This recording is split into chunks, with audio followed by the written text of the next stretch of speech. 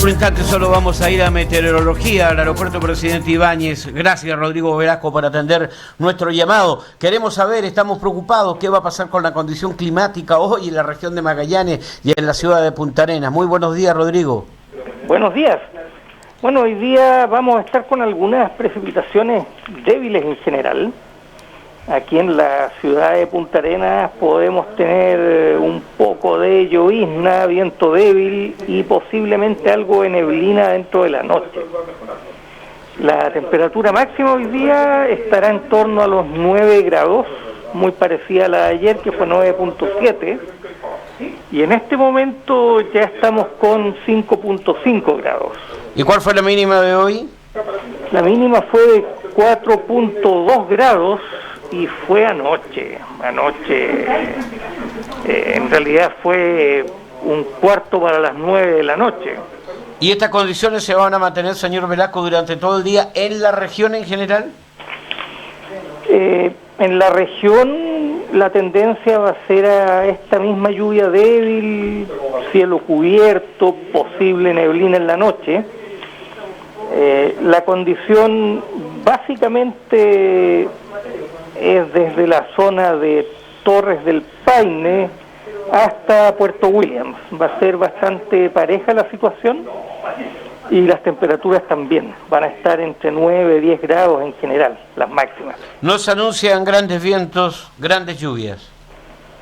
Por ahora no, solo precipitaciones débiles. En general, prácticamente todos los días de aquí al lunes vamos a tener algún evento de precipitaciones débiles, no continuas, y viento no más allá de 60 kilómetros por hora el fin de semana.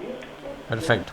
Señor Velasco, le agradezco la gentileza de compartir con nosotros los datos de meteorología correspondientes al día de la fecha. Nuestro afecto a todos quienes laboran allí en ese centro meteorológico en el aeropuerto Presidente Ibáñez. Excelente, de nada, muchas gracias. Gracias, muy gentil. La temperatura del momento, en este instante, 5 grados 5 décimas. Ligeras lloviznas, algo de neblina, podría haber en horas de la tarde en la ciudad de Punta Arenas. Lo informó Meteorología a través de Polar Comunicaciones.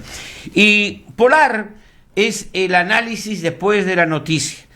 Y vamos a analizar cuál es la noticia. Situación hospitalaria será clave para definir si Punta Arenas avanza, retrocede o se mantiene. Vamos a estar pendientes de lo que hoy se diga en el Ministerio de Salud, o el ministro Parizo, o la subsecretaria Daza. Y en la línea tengo como invitado, agradezco por haber esperado mientras estábamos con meteorología, sabiendo las condiciones del tiempo, al médico, vicepresidente del Colegio Médico aquí en la región de Magallanes, anestesiólogo, especialista, Paulo Carrasco. ¿Cómo está, doctor? Gusto de saludarle. Muy buenos días. Buenos días, Vladimiro. Aquí estamos preocupados por la situación actual y también expectantes a cómo va a ser el desarrollo, si es que retrocedemos de fase o nos mantenemos. Ayer se registró un descenso de contagios respecto a los días anteriores.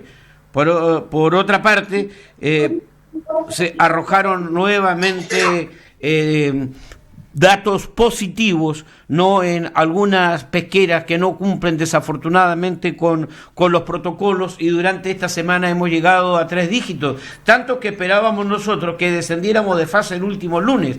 Podría ocurrir hoy día jueves. ¿Cuál es el panorama que se vive, por ejemplo, en el hospital? Porque va a depender a lo mejor mucho, yo no sé, ¿qué depende más? ¿El número de contagios, la positividad o el número de camas que existan en el hospital? ¿O todo? La verdad es que se toma una decisión en base a una serie de datos que incluyen todos los que tú nombraste y otros más. El número de casos positivos durante un periodo de semana, la tasa de positividad. Se evalúa también la trazabilidad de cuántos de los pacientes que se pesquisan como positivos, qué número de contactos estrechos se pesquisan por cada uno de ellos y se pueden aislar. se ve el número de camas de pacientes críticos que están ocupadas en la región, también en un periodo no de un día o 2 días, sino que periodos más bien semanales, y se ve una tasa de contagio, que es por cuántos casos se contagian por cada uno de los positivos que aparecen, entre otras cosas. Por lo tanto, no es un número único el que determine que pueda modificarse las fases del paso a paso. En este caso, nosotros vemos con preocupación, y lo habíamos conversado el otro día, es que ha habido un aumento sostenido de número de casos con respecto a cómo veníamos, y lo que es peor, se han ido acumulando casos activos. Nosotros en algún momento pasamos varios meses con más de 200 casos permanentemente activos, pero llegamos a un momento en que esto disminuyó. Durante esta semana hemos ido aumentando de forma progresiva y nos estamos acercando peligrosamente a 600 casos activos en la región, lo cual es un número alto.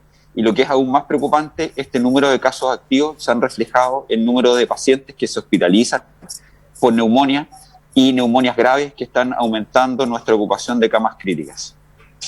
Escuchándolo, doctor Carrasco, daría la impresión de que no sería una sorpresa si hoy descendemos a la fase 1, ¿no? De fase 2 pasamos a fase 1, al paso a paso.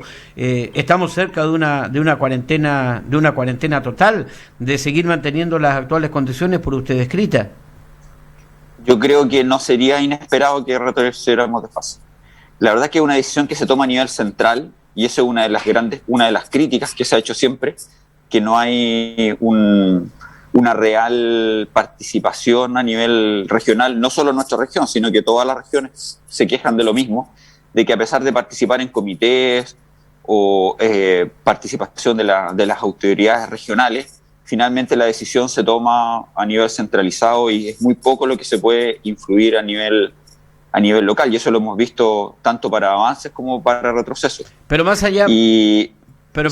Más allá de esta determinación que sabemos nosotros se toma en el centro del país y muy poco se escucha a las regiones, pero si dependiera de aquí, de la región de Magallanes, y se le pidiera una opinión al colegio médico respecto al actual panorama que tenemos en la región, ¿ustedes qué invitarían? ¿A hacer descender de fase, hacer una cuarentena? ¿Cuál es el consejo viendo el panorama actual de la región de Magallanes, con los datos que teníamos ayer? La situación hace aconsejable retroceder si es que uno fuera bien estricto. Te voy a dar solo un par de datos. Uno es que hoy, teniendo 24 camas UCI disponibles en nuestro hospital, al día de hoy, hace pocos minutos, terminó la entrega de turno, hay 22 de esas 24 camas ocupadas, lo cual nos da un porcentaje extremadamente bajo de camas críticas disponibles. Sabemos que esto es flexible y que durante el día se pueden producir traslados, modificaciones, que hay algún paciente que evolucione de forma satisfactoria o eventualmente algún paciente que fallezca. Es lamentable que para que se produzcan cupos de repente pacientes que han tenido un mal desarrollo de la enfermedad fallezcan, y eso va liberando cupos. Pero 2 de 24 es muy, muy poco porcentaje disponible para enfrentar el número de pacientes activos que existen y que, por estadística, un porcentaje de ellos van a terminar ocupando una cama crítica. Así que lo recomendable, si me preguntas a mí y la opinión del consejo, es que la verdad es que el retroceso a las fases, independiente de eso, es la conducta personal de cada uno de nosotros y en forma colectiva. Porque si retrocedemos y estamos en cuarentena, pero la gente igual solicita permiso para utilizarlo de mala manera, o se junta en forma no permitida, no mantiene el distanciamiento, no usa mascarilla, no se lava las manos o usa alcohol gel, la verdad es que el retroceso de fase no tiene mucho sentido. Es la conducta de cada uno de nosotros la que nos va a permitir mantenerlos libres de contagio. Ahora, yo evidentemente que soy de aquellos que piensan que las responsabilidades están absolutamente repartidas, ¿no? Y repartidas, yo diría, en 3. Claro, ha habido un sector de la población que ha desobedecido todas las instrucciones, todos los protocolos, son aquellos que hacen fiestas clandestinas por las noches. Ese es un hecho de la causa. Pero hay otro hecho de empresarios pesqueros que no han cumplido con las responsabilidades que tienen que cumplir y haber adoptado todas las medidas que el caso aconseja. Y los terceros son también los que tienen la obligación de fiscalizar. Yo creo que no se ha hecho con la rigidez que la exigencia misma en estos momentos pedía de quienes tienen la obligación, la obligatoriedad de fiscalizar. Entonces los números han subido incuestionablemente y esto nos expone y pagan justo por pecadores, porque tendrá que reconocer usted, doctor Carrasco, que la gran mayoría de la población ha guardado una buena conducta, ha guardado precauciones, usar la máscara, lavar las manos, tener el alcohol gel, guardar la distancia social, eso ya lo sabemos de memoria, tratamos de hacerlo, pero no faltan los grupos que rompen las reglas y tiene que pagar toda la comunidad, lo que lamentamos profundamente, ¿no? Así es, sí, como tú bien dices, esto nunca las causas son únicas, sino que son multifactoriales. Hay que sumarle que el virus en la actualidad tiene una tasa de contagio mayor que incluso que en las primeras olas. ¿Se ha cambiado de cepa? ¿Ha llegado alguna nueva cepa que se haya detectado en Magallanes del virus? Sí, la pesquisa genética no es tan intensa como debiera ser, pero efectivamente ya circula a nivel regional la cepa brasileña, que tiene una tasa de contagio más alto y que también afecta a personas más jóvenes. Pero no se ha pesquisado, por ejemplo, afortunadamente cepa sudafricana o otra que tenga algún grado aún mayor de complejidad, por ejemplo, que tengan menos efectividad la vacuna. Y lo que sí, efectivamente, el perfil de los pacientes que estamos recibiendo son pacientes más jóvenes, que se agravan rápidamente y que tienen como te decía, una alta tasa de contagio. Por lo tanto, con que en una pesquera o en cualquier otra situación haya una persona que haya no respetado las medidas y se haya contaminado, por ejemplo, yendo a trabajar con sintomatología, va a generar un número importante de contagios. Y eso es real. Y efectivamente las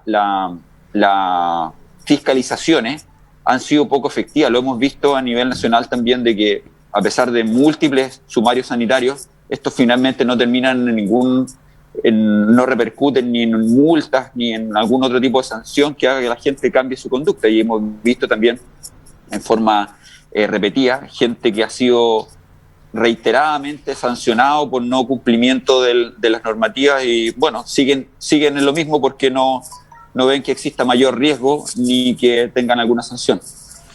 Doctor Paulo Carrasco, usted me va a disculpar la comparación, pero esto ocurre también en el fútbol. Todos opinamos, en el fútbol todos pueden opinar, aunque no se entienda, ¿no?, lo que es el fútbol propiamente tal, la táctica, la técnica, la estrategia, etcétera. Pero todos tienen derecho a opinar. También aquí con el COVID, yo he escuchado opiniones de todo el mundo, de los que saben, los científicos, quienes trabajan con la ciencia, ustedes, los médicos, pero hemos escuchado también a los políticos, a los conductores de programas radiales y televisivos, opinar con mucha propiedad respecto al COVID. Y hemos escuchado estos días decir, no, la cuarentena y los confinamientos no han dado resultados, no hay que hacerlo más. Hay que permitir de que todos vayan a sus centros laborales cumpliendo las medidas protocolares. Las clases se deben reiniciar de manera presencial. ¿Cuál es la opinión de la gente que sabe, de lo que han estudiado el tema?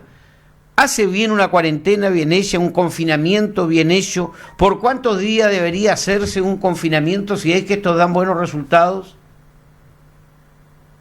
Lo que está demostrado es que los confinamientos sí sirven para controlar brotes epidémicos, pero también está demostrado que si son por periodos muy largos, pierden la efectividad. Y el problema de esta pandemia ha sido que, en general, los periodos han sido extremadamente largos. Y el otro gran problema es que existen 25.000 maneras de burlar las restricciones.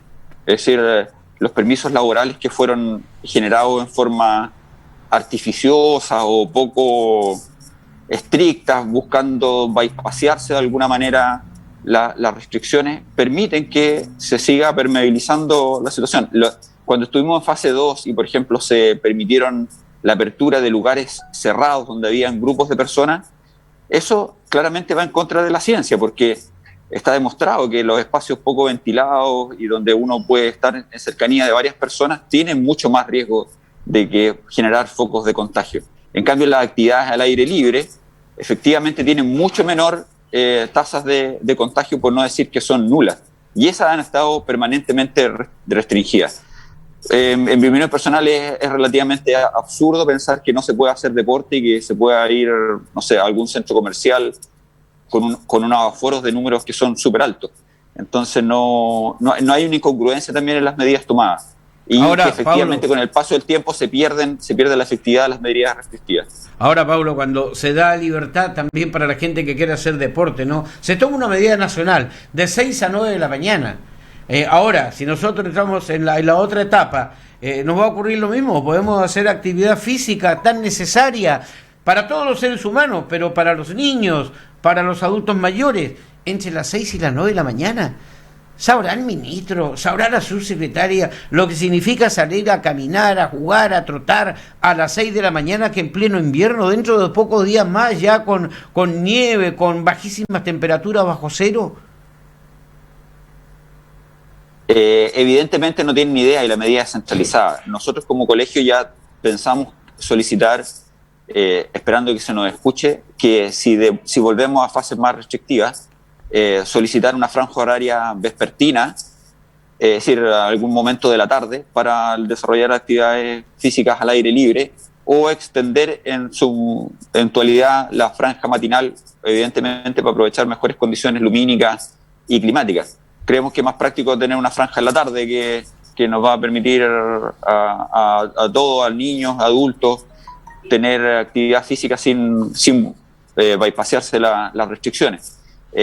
Así que espero que de alguna manera que si llega a retroceder de fase, esas medidas que vamos a solicitar se nos escuchen y se respeten y haya una flexibilidad en relación a las distintas realidades regionales. Doctor Carrasco, hace algunos momentos atrás nos hablaba de los jóvenes que se contagian y que están llegando al hospital, algunos en estado de gravedad.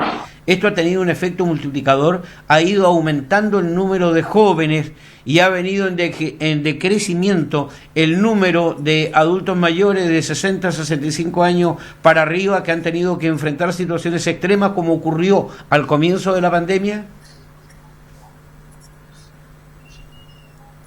Sí, efectivamente hemos tenido en los últimos días un aumento que ya se había notado en las últimas semanas de pacientes de edades más bajas. Estamos hablando de 50 años, 45 años, con casos muy graves. No es por dramatizar, pero graves de verdad. Probablemente algunos que van a andar muy mal, la van a pasar muy mal y esperemos que no fallezcan, pero están llegando gente joven y en condiciones muy, muy deterioradas que hacen pensar que el pronóstico o la evolución de ellos va a ser muy desfavorable. Y entonces el llamado nuevamente es que esas personas se mantengan las medidas básicas y que vayan acudiendo en forma sistemática a las vacunaciones, puesto que efectivamente, a pesar de que la gente dice, bueno, pero si la vacuna finalmente no es tan efectiva, que prevenga al menos el 80% de la mortalidad o el 90% de la caída en UCI es una altísima efectividad y disminuye el riesgo de verdad. Y disminuye también la posibilidad de contagio en un porcentaje importante, lo cual nos va a ayudar, junto con las medidas básicas, a tratar de controlar el número de casos activos. Así que el llamado es doble. Uno, a mantener siempre el cuidado, obviamente, y a seguir asistiendo al programa de vacunación que vemos con preocupación que se ha ido enlenteciendo en las poblaciones más jóvenes. Le hago una última consulta en su calidad de vicepresidente del Colegio Médico. ¿Cómo está hoy respondiendo el personal médico en general? Cuando hablo del personal médico, hablo del personal de la salud. Incluye las enfermeras, las auxiliares, en fin, los que hacen el aseo, los que están todos los días permanentes en lo que se ha denominado la primera línea. ¿Cómo han respondido hasta el momento? ¿Cómo están hoy? Bueno, hoy estamos ciertamente con angustia de ver cómo, a pesar de que estábamos en buena situación, hemos ido retrocediendo, pero está el ánimo súper alto. Hay mucha gente que se ha reintegrado después de periodos largos la gente se siente un poco más confiada en que con la vacuna van a estar más protegidas, a pesar de que existe disponibilidad de elementos de protección y se toman todas las medidas, está todo protocolizado. Siempre existe el miedo, pero lo que uno ve con preocupación es que efectivamente al tener multiplicado por 4 o 5 las actividades de los pacientes críticos, es personal muchas veces que no tiene recambio, o el personal que llega de refuerzo tiene pocos conocimientos o poca experiencia en este tipo de pacientes, por lo tanto les cuesta un poquito más, les cuesta ponerse al día, y eso significa que las personas de más experiencia o que no han podido parar durante todo este tiempo, se produce un efecto de agotamiento mayor. Pero en este momento están todos los esfuerzos puestos en mantener nuestra capacidad de camas disponibles. Se ha hecho un esfuerzo enorme. En las últimas semanas se aumentó sobre lo que había de camas disponibles un 30% más, como solicitó el Ministerio, y lo logramos hacer con mucho esfuerzo. Médicos, enfermeras, técnicos paramédicos, kinesiólogos y una serie de profesionales que se me van a olvidar y me van a retar porque no los nombré, pero todo el personal de la salud, la verdad es que se ha puesto las pilas en tratar de mantener la atención tanto de los pacientes COVID, como hemos hecho un esfuerzo enorme por mantener la atención de las patologías no COVID que se van quedando rezagadas. Doctor Pablo Carrasco, le quiero agradecer una vez más la gentileza para informarle, ¿no?, de la situación actual bajo la perspectiva del Colegio Médico, de lo que está ocurriendo aquí en nuestra región de Magallanes y cómo debemos prepararnos para las horas venideras. Yo creo que depende en gran medida de nosotros, de nuestra solidaridad, del respeto que nos tengamos por nosotros mismos y por los demás, de cumplir con todos los protocolos, disminuir los casos y poder salir de esta situación difícil en que nuevamente se encuentra la región de Magallanes. Estamos expectantes, noticias en desarrollo, recurriremos una vez más a su opinión, doctor, cuando las circunstancias así lo requiera, y esperamos contar con la respuesta que hemos contado de usted permanentemente. Ok, muchísimas gracias y un saludo a todo el personal de la salud y un llamado a la gente a seguir poniéndole empeño, porque como tú bien dices, depende de cada uno de nosotros que salgamos adelante. Gracias, doctor. Pablo Carrasco García, médico, es el vicepresidente del Colegio Médico de Magallanes, que estaba con nosotros haciendo Buenos Días, región. Un tema no menor, un tema preocupante. La situación hospitalaria será clave para definir si Punta Arenas avanza, retrocede o se mantiene. Poco antes de que se conozca el informe oficial de salud desde Santiago, vamos a tener nosotros a Eduardo Castillo, el Ceremi de Salud en la región de Magallanes, para ver si logramos tener algunos datos concretos de lo que nos espera en las próximas horas, tomando en cuenta que ya se acerca un nuevo fin de semana.